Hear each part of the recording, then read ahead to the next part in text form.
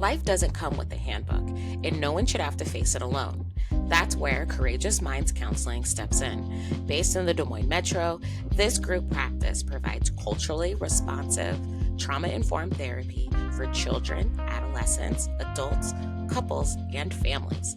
Their team of highly trained and compassionate therapists understands that every person's journey is unique, whether through eye movement, desensitization and reprocessing therapy, play therapy, dialectical behavior therapy, mindfulness, or traditional talk therapy.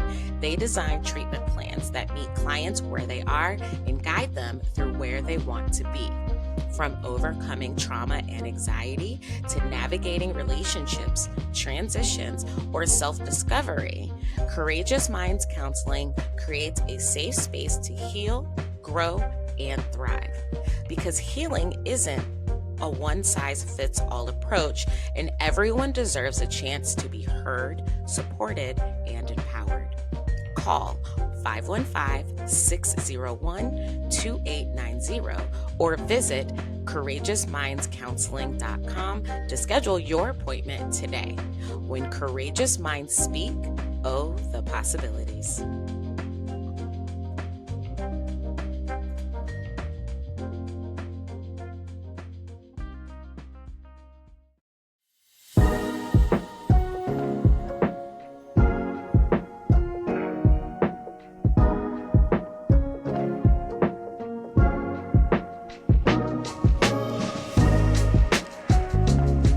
Hello, and welcome back to the Black Girl Iowa podcast, the show where we honor the stories, experiences, and brilliance of Black women living, working, and thriving right here in Iowa. I'm your host, Emily, and thank you so much for joining me today. I hope you guys are all just having a really good day, whether you're listening to this episode the day it premieres or you're listening to it later on down the line. I just really appreciate you guys joining me on today's episode. Today's episode is actually a really personal one for me because it really starts with a purple suitcase, a road trip with my mother, and some things that I've actually been working on for the last couple of years, but I just haven't really had an opportunity to really talk about it. But ultimately, I really want to talk about legacy today and also about service and what it means to be a part of something that is not only bigger than yourself, but it has over a century-old tradition of organizing, building, and also leading since before women even Black people had the legal right to vote. So as many of you know, I'm actually a part of the Tawasi Federated Women's Club, which is a phenomenal organization here in Des Moines. It has a long legacy. And you guys, if you follow me on Facebook, you guys probably see that like every spring I ask for people to come to our scholarship tea, which usually happens every May or June. But with the spring scholarship tea, it's meant to provide scholarship opportunities for students that are seeking higher education. These students are typically students of color, and they have already been accepted and enrolled into the program of their choice. These students are usually from the local Des Moines area, but we also accept scholarships. We accept applicants from like Dallas County, Story County, Warren County, etc. Just so that way the full central Iowa is taken into account. And what I love about the Tawasi Club is that it's something that has actually been in my family for a very long time, which I'll talk about it later. But it is a subsidiary of other organizations. So over the summer, back in late July, I actually attended my very first Central Region Association of Colored Women's Clubs biennial convention. So myself and 6 of my club sisters all packed up in a minivan, and we drove out to Cincinnati, Ohio for a 4-day conference. And I'm not gonna lie, y'all, when my mom was like, hey, we're gonna go to this convention, do you want to go? At first I was like, no,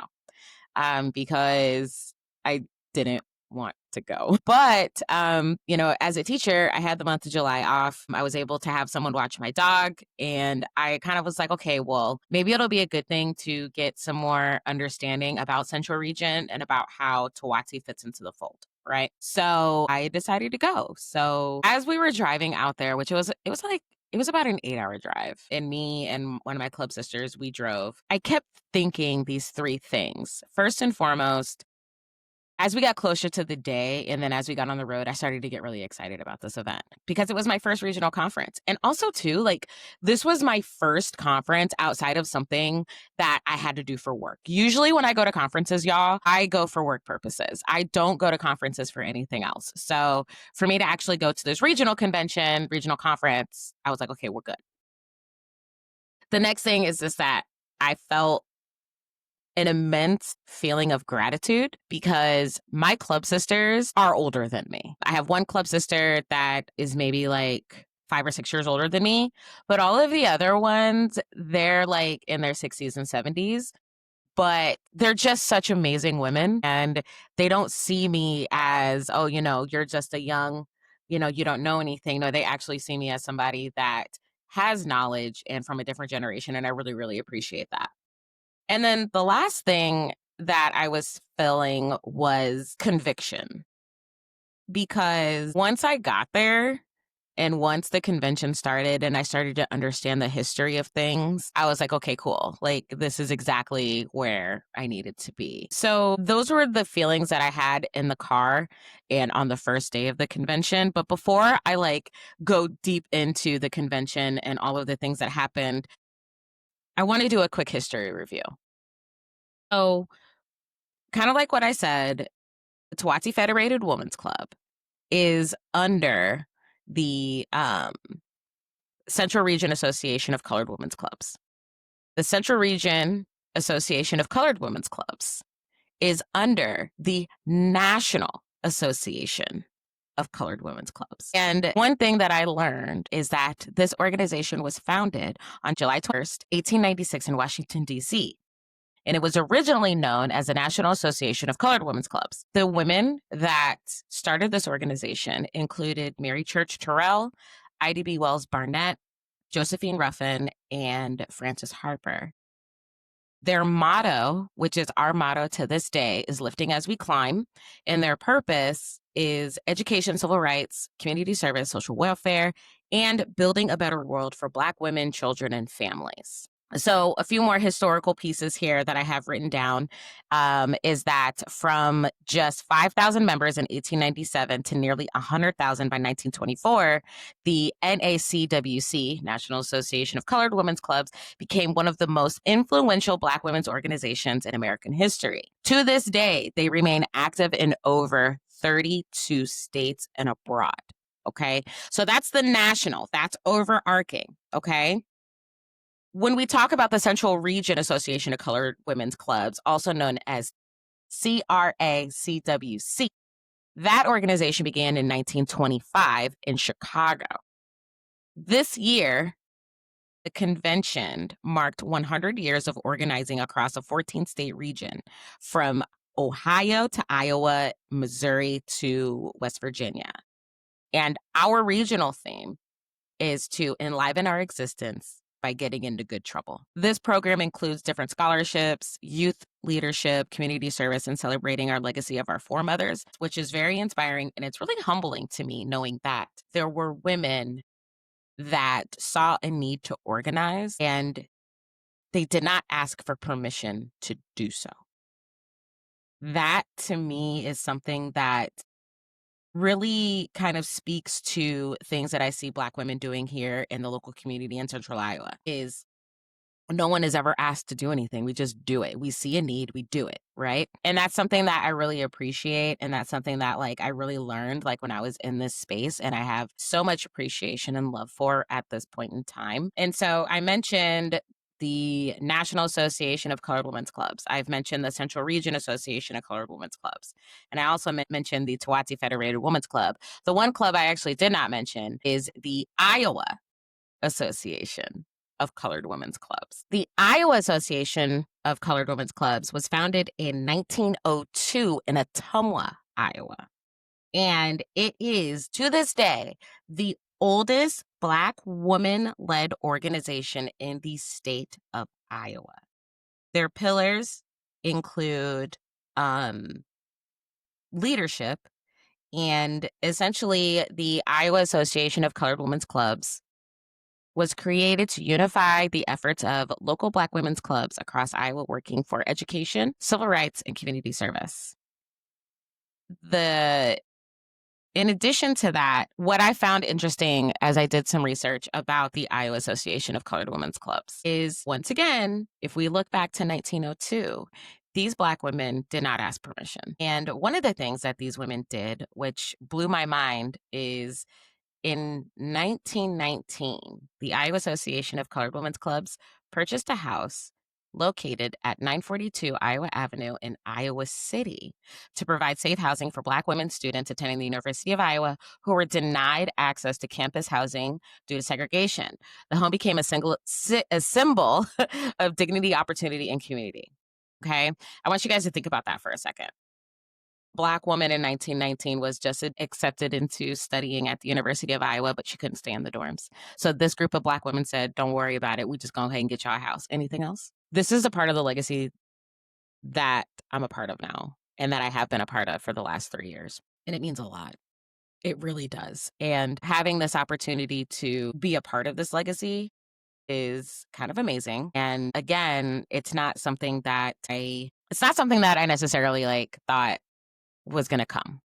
It just kind of happened and it was unexpected. The other part of this legacy, especially when we talk about the Tawasi Club, because the Tawasi Club was founded in 1962 here in the Des Moines area, again, as a subsidiary, as a sister organization to the 3 organizations that I've already mentioned. The reason why the Tawasi Club specifically has personal meaning for me is that my grandmother, Thelma B. Horton, was a member of the Tawasi Federated Women's Club back in the 70s and 80s. My mother and I are currently continuing on that tradition as the second and third generation of Horton women to be involved.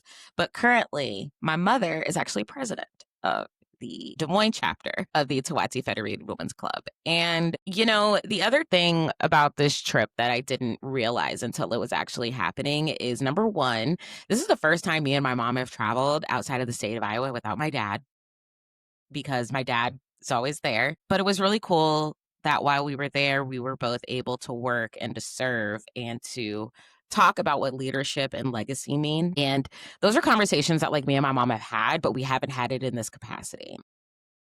As I went on this trip, and also as I've been thinking about what my relationship with God and what my spirituality looks like, something really awesome happened on this trip. And it was realizing that while for so many years now, for the last 3 years, I've been telling people, well, my mom volunteered me to do this, so I'm just going to do it. I've really started to realize and recognize that my mom wasn't volunteering me to be a part of this organization. It was God.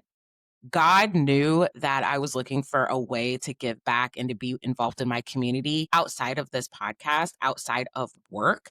And in order for me to do that, it was being cemented as a member of this amazing organization. And I'm so happy that I had that realization and I had that growth mindset shift to where I'm not being told to do something. I'm here because it was divine intervention. I'm here for a bigger purpose. So I've told you guys about the history and the legacy of these organizations. I've told you guys about my personal history with it. But most importantly, what did I learn as I went to this event? I learned a lot, you guys. I learned a lot. Some lessons were harder to learn than others, I think. And, this wasn't a vacation for me. I mean, think about it. Who vacations in Cincinnati, Ohio?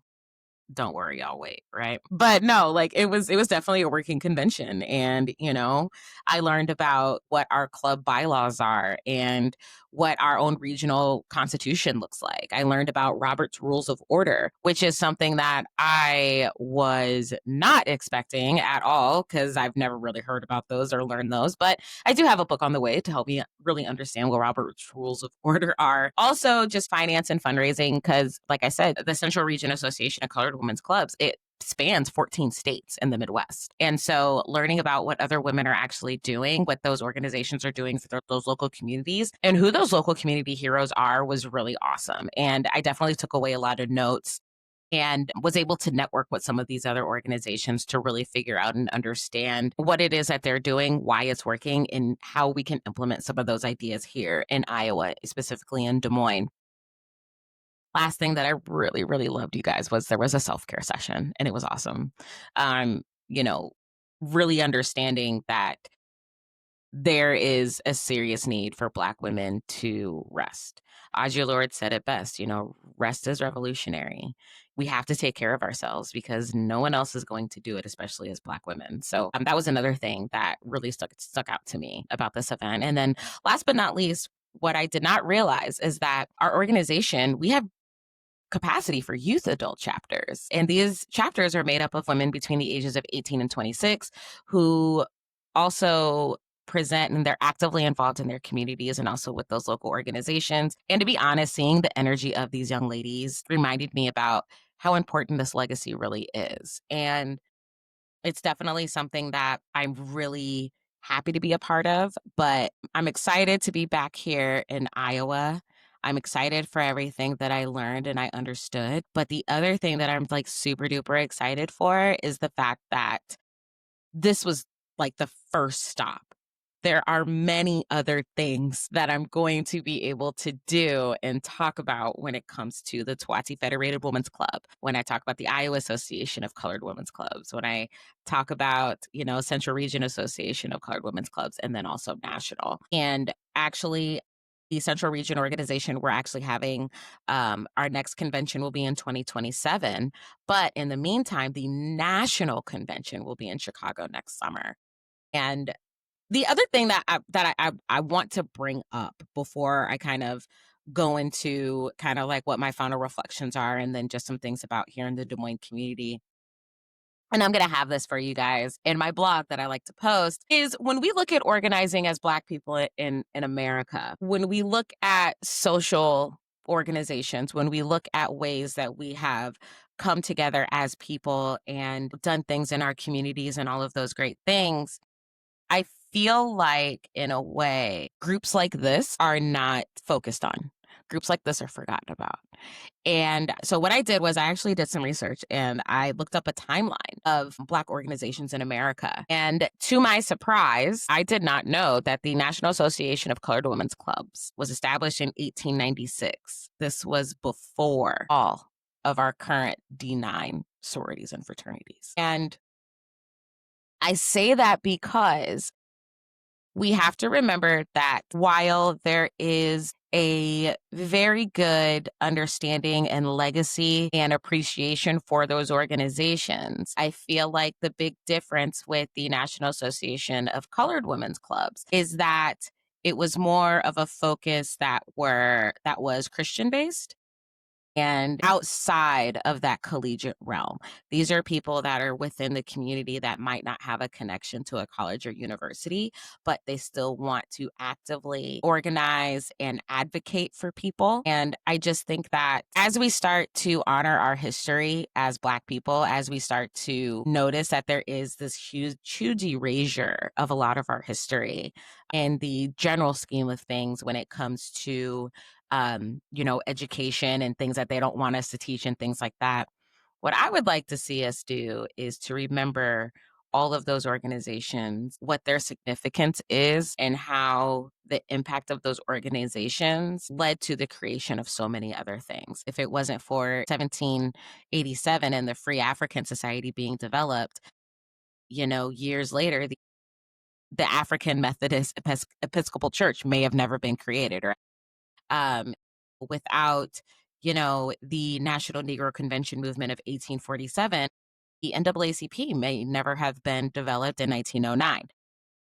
Understanding our history, understanding the things that have come before and how that legacy has proven on, and then also understanding that those focuses and contributions, they do line up and a lot of those values are the same. It's incredibly important, I think, for us as we do continue to advocate for the teaching of our history, that we remember all of these other organizations that came before, and also understanding that one organization is not better than the other. They all are a part of our story. And that's something that I wasn't ready for. That's also something that I didn't know. And that's also something that I really wanted to take some time and do this episode to really talk about those things. So to kind of wrap up a little bit, I will say that this trip was, first of all, again, it was amazing. I really enjoyed myself. It was long. Oh my God, it was long. It was a long trip. But I feel like what this trip really did was it grounded me in history, it lifted me in purpose, and it really reminded me that this work, service, it's not a burden, it's a necessity. And it's also an honor to be able to serve your community and to honor those people that came before you, to understand what your community is currently going through, and to be a helping hand, to be someone that your community can lean on when it comes to all of the different things that we're currently going through, you guys. Like right now, I think we all know that things are going to get worse before they're going to get better, but we really need to start understanding where we are, documenting our journeys, and making sure that we're sharing it with people. And we're also interconnected. Again, kind of like what I said, joining Tawasi, it wasn't a decision. It wasn't necessarily something that, well, my mom told me to do it, so I'm doing it. It was an assignment. And I didn't know that I was being assigned this task when I was, but I'm happy I was. And I'm happy that for the last 3 years, I've been understanding the assignment. I think being a member of the Tawasi Federated Women's Club of Des Moines will be something that I will always do and I will always cherish. And I will most definitely always be a part of. And if anything, what I hope that you all take from this episode is the power of community and the power of organization.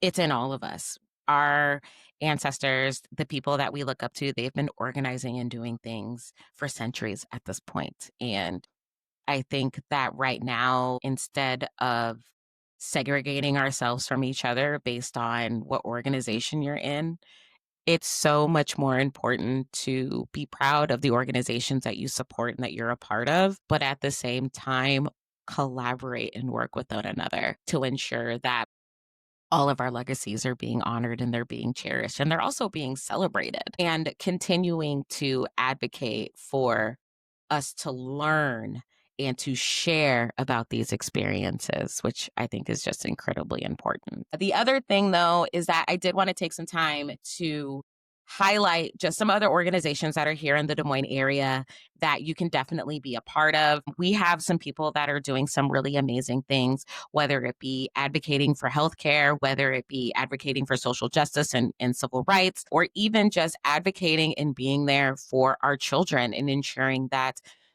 they have everything they need to be academically successful and also challenged and become the leaders of the future. I do want to give a shout out, and I will have this information in the show notes, and I'll also be putting it in my blog of these organizations that we do have here in the local Des Moines area that cover, again, advocacy, personal growth, business, wellness, youth services, storytelling, and also news media. So definitely want to shout out the National Association of Colored People, the NAACP Des Moines chapter, Urban Professionals, the Wilkie House, which I am a Wilkie House alum. I used to go to the Wilkie House when I was a kid. Des Moines Black Liberation Movement, Black Excellence Iowa, Des Moines Area Black Chamber of Commerce, Black Lives of Des Moines, the Black Women for Healthy Living, Black Iowa Outdoors, Urban Dreams, and Black Iowa News. In addition to, we do have representation for all D9s right here in the Des Moines area. I will also have all of their information linked.